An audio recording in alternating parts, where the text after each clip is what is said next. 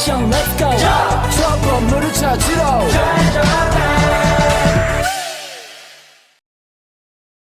Assalamualaikum warahmatullahi wabarakatuh.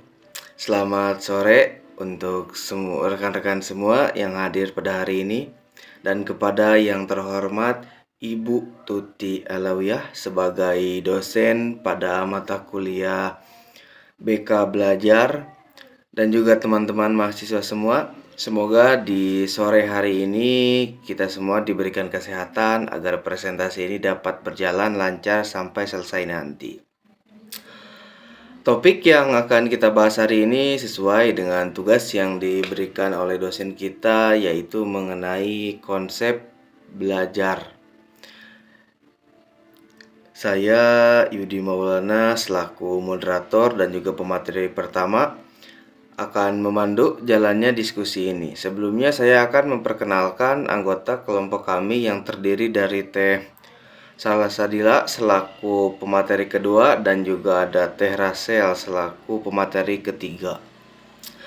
Baik, dengan mengucapkan Bismillahirrahmanirrahim, presentasi ini saya mulai. Saya selaku pemateri pertama akan membacakan materi pertama. Baik, poin pertama, hakikat belajar dan prinsip-prinsip belajar menurut Witherington. Belajar adalah suatu perubahan di dalam kepribadian yang menyatakan diri sebagai suatu pola baru daripada reaksi yang berupa kecakapan, sikap, kebiasaan, kepandaian, atau pengertian. Trevor Suprijono mengatakan bahwa belajar adalah suatu proses yang menghasilkan penyesuaian tingkah laku. Demikian Hilgard dan Bauer Purwanto menjelaskan bahwa belajar berhubungan dengan perubahan tingkah laku seseorang terhadap sesuatu situasi tertentu yang disebabkan oleh pengalamannya yang berulang-ulang dalam situasi itu. Perubahan tingkah laku tidak dapat dijelaskan atau dasar kecenderungan respon, pembawaan, kematangan, atau keadaan-keadaan sesaat, misalnya kelelahan, pengaruh obat, dan sebagainya.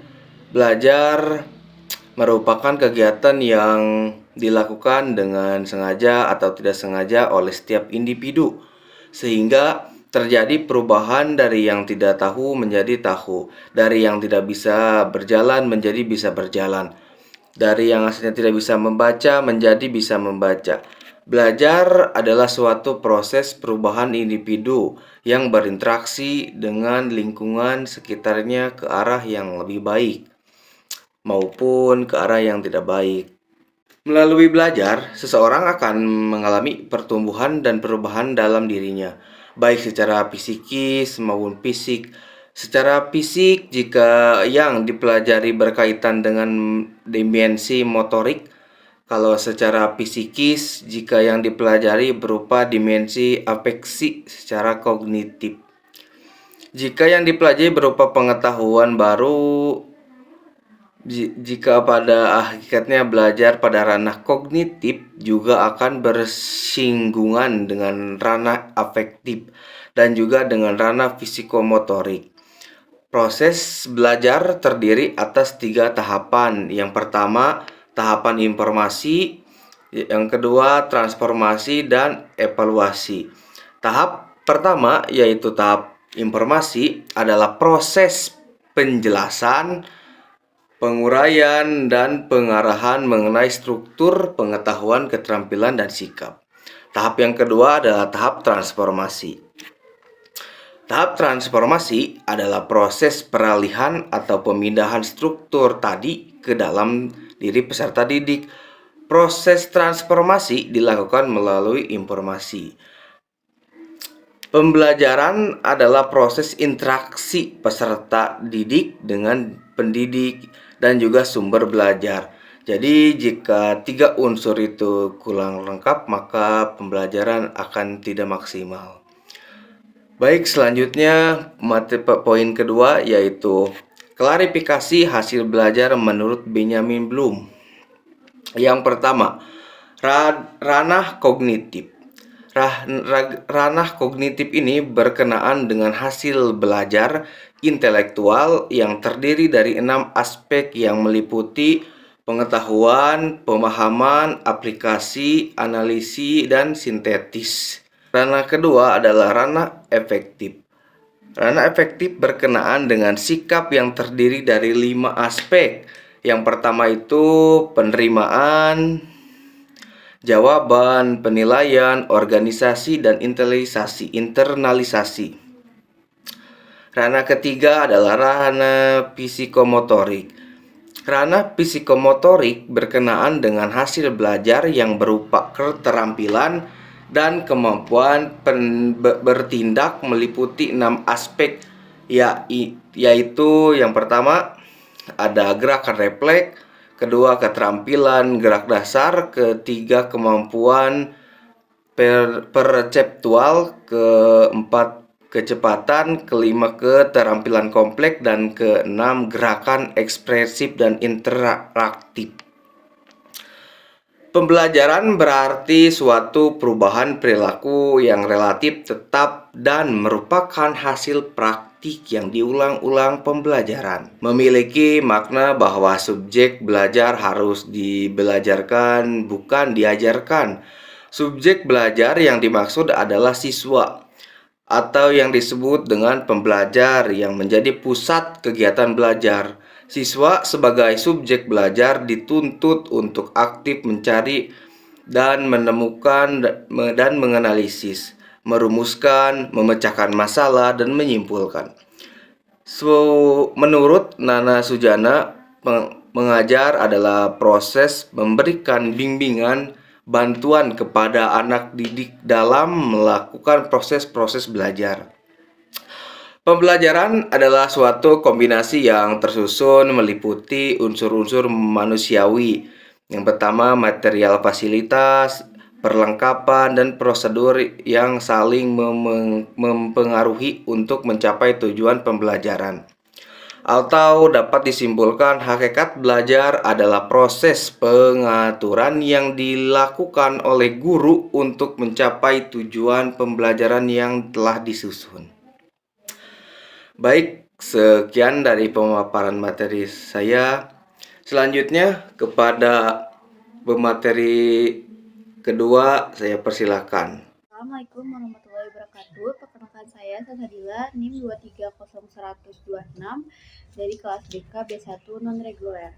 Pada kesempatan kali ini saya akan membahas beberapa materi. Materi yang pertama saya akan bahas yaitu ciri-ciri kegiatan belajar mengajar. Ciri-ciri kegiatan belajar mengajar ini ada 7 poin yang akan dibahas. Yang pertama, belajar yang memiliki tujuan, yakni untuk membentuk anak didik dalam suatu perkembangan tertentu. Inilah yang dimaksud belajar mengajar itu sadar tujuan dengan menempatkan anak didik sebagai pusat perhatian.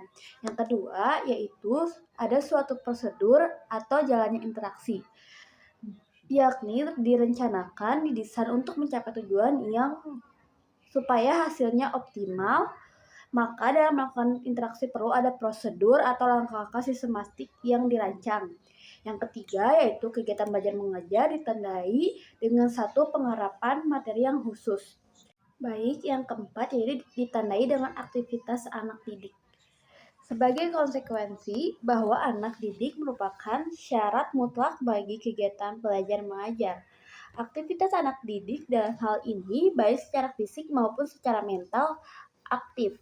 Jadi ada gunanya melakukan kegiatan belajar mengajar kalau anak didik hanya pasif. Karena anak didiklah yang belajar, maka mereka lah yang harus belajar. Yang kelima, dalam kegiatan belajar mengajar, guru berperan sebagai pembimbing. Dalam perannya sebagai pembimbing, guru harus berusaha menghidupkan dan memberikan motivasi agar terjadi interaksi yang kondusif. Guru harus siap sebagai moderator dalam segala kegiatan pembelajaran. Yang keenam, dalam belajar mengajar membutuhkan disiplin. Disiplin dalam Kegiatan belajar mengajar ini diartikan sebagai suatu pola tingkah laku yang diatur sedemikian rupa menurut ketutunan yang ditaati oleh pihak guru maupun anak didik dengan sadar. Yang selanjutnya ada batas waktu. Untuk mencapai tujuan pembelajaran tertentu dalam sistem berkelas, batas waktu menjadi salah satu ciri yang tidak biasa ditinggalkan. Setiap tugas akan diberi waktu tertentu kapan tujuan itu sudah harus tercapai. Yang terakhir yaitu evaluasi. Dalam seluruh kegiatan di atas, evaluasi menjadi bagian penting yang tidak diabaikan setelah guru melaksanakan kegiatan untuk belajar mengajar. Materi selanjutnya yaitu strategi pembelajaran. Pada poin ini ada 5 poin yang akan dibahas. Yang pertama yaitu pembelajaran berarti kegiatan belajar yang dilakukan oleh pembelajar dan guru. Pendekatan atau sistem pembelajaran menjadi konteks dalam penulisan ini sebagaimana dan Clary 2001 halaman 189 menjelaskan dalam sistem pembelajaran terdapat juga strategi pembelajaran yang terdiri dari 5 komponen, yaitu yang pertama aktivitas pra-pembelajaran meliputi memberi motivasi, gambaran, tujuan, dan menginformasikan keterampilan. Poin yang kedua yaitu persentase pembelajaran bagian dari inti, meliputi tahapan pembelajaran, materi, dan contoh. Yang ketiga yaitu melibatkan partisipasi siswa dalam pelajaran meliputi praktek dan pemberian umpan balik. Yang keempat, melakukan penilaian meliputi tes awal dan tes akhir. Yang kelima, aktivitas lanjut meliputi pengulangan dan penyesuaian. Materi terakhir yang saya akan bahas yaitu tujuan dari tahap implementasi. Yang pertama, membimbing siswa untuk mencapai tujuan pembelajaran atau kompetensi. Yang kedua, menjamin terjadinya pemecahan masalah untuk mengatasi kesenjangan hasil belajar yang dihadapi oleh siswa. Yang ketiga, memastikan bahwa pada akhir program pembelajaran siswa perlu memiliki kompetensi, pengetahuan, keterampilan, dan sikap yang diperlukan. Sekian materi yang saya sampaikan. Terima kasih. Saya lanjutkan ke materi yang selanjutnya. Baik, terima kasih kepada pemateri kedua atas pemaparan materinya. Selanjutnya kepada pemateri ketiga, saya persilakan untuk memaparkan materinya. Baik, terima kasih atas waktunya. Perkenalkan, nama saya Rahelia Chandra Sukmarianto dengan NIM 23010031. Saya di sini akan menjelaskan tentang langkah-langkah penyusunan perencanaan pembelajaran dan prinsip-prinsip pembelajaran serta implementasinya. Yang pertama, saya akan menjelaskan tentang langkah-langkah penyusunan perencanaan pembelajaran. Jadi, langkah-langkah penyusunan perencanaan pembelajaran itu ada 7. Yang pertama itu merumuskan tujuan khusus. Merumuskan tujuan khusus pembelajaran berarti merumuskan materi-materi pembelajaran yang disesuaikan dengan standar kompetensi dan mata pelajaran yang akan dikembangkan. Merumuskan tujuan pembelajaran mengandung nilai-nilai ranah kognitif, afektif, dan psikomotorik. Kognitif bertujuan pembelajaran berkaitan dengan aspek intelektual siswa melalui penguasaan pengetahuan dan informasi mengenai data dan fakta.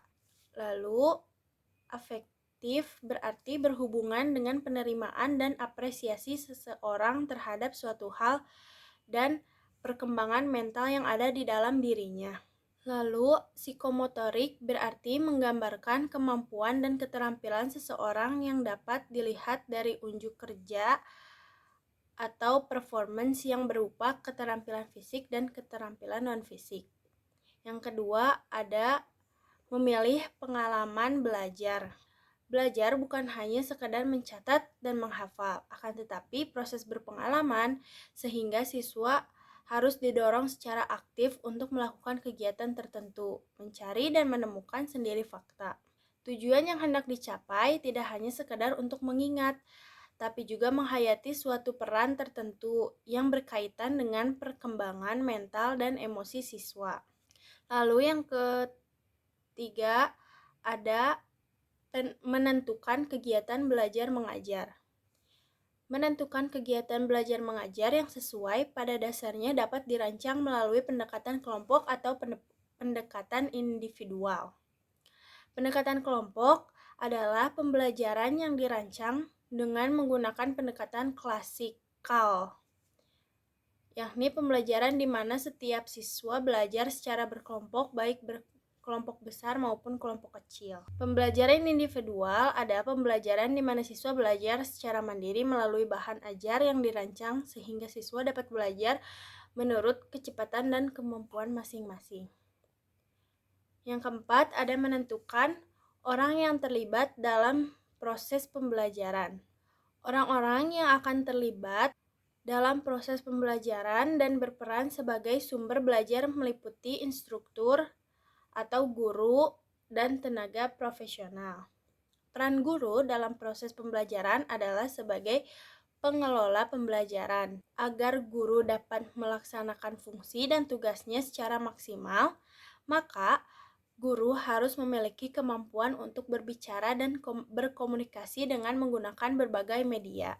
Guru juga berperan sebagai pengatur lingkungan belajar yang memberikan pengalaman belajar yang memadai bagi siswa. Guru dituntut untuk dapat mendesain dan mengatur lingkungan agar siswa dapat belajar dengan penuh semangat sesuai dengan gaya belajarnya masing-masing. Yang kelima, ada memilih bahan dan alat. Penentuan bahan dan alat dengan mempertimbangkan hal-hal sebagai berikut, yaitu keberagaman kemampuan intelektual, jumlah dan keragaman tujuan pembelajaran khusus yang harus dicapai siswa, tipe-tipe media yang diproduksi dan digunakan secara khusus, berbagai alternatif pengalaman belajar untuk mencapai tujuan pembelajaran, bahan dan alat yang dapat dimanfaatkan, dan fasilitas fisik yang tersedia. Yang keenam, ketersediaan fasilitas fisik.